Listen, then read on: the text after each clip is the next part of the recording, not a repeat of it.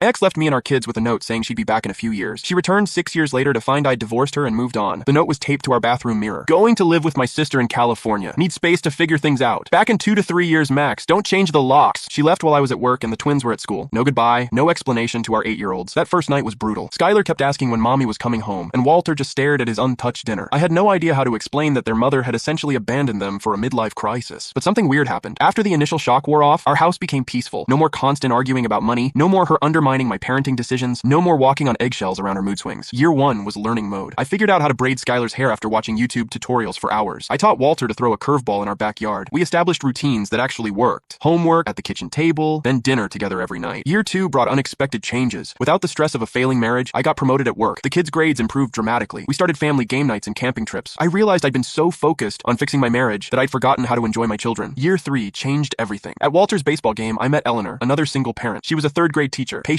and kind. When Skylar spilled juice all over herself, Eleanor calmly helped clean her up without making a big deal about it. That small moment showed me what partnership could actually look like. Eleanor and I took things incredibly slow. The kids had been through enough upheaval, but gradually, she became part of our routine. She helped with homework, taught Skylar to bake cookies, and never once tried to replace their mother. Just added love to our family. Year 4, Eleanor moved in. The transition was seamless because the kids genuinely adored her. They started calling her Bonus Mom, their own idea. She attended every school event, packed their lunches with little encouraging notes, and tucked them in at night. Year 5 was magical. Eleanor and I got married in our backyard. Skylar and Walter insisted on walking her down the aisle together. In their speeches, they thanked her for making Dad smile again, and for being the mom who stayed. There wasn't a dry eye in the house. By year 6, our life had completely transformed. We'd bought a bigger house with a proper yard. The kids were thriving. Skylar made honor roll. Walter was team captain. Eleanor had legally adopted them after my ex's parental rights were terminated for abandonment. We were a real family. The legal process had been surprisingly straightforward. After 3 years of zero contact, the court classified it as voluntary abandonment. Eleanor's adoption paperwork went through without a hitch. The kids were ecstatic to officially change their last names to match ours. Last Tuesday, everything changed again. I was making coffee when I heard Eleanor gasp from the living room. Through the window, we watched my ex climbing out of a U-Haul truck, pulling suitcases toward our front door. She still had our old house key. She walked straight into our kitchen like she owned the place. Eleanor was packing the twins' lunches for school, family photos covering our refrigerator.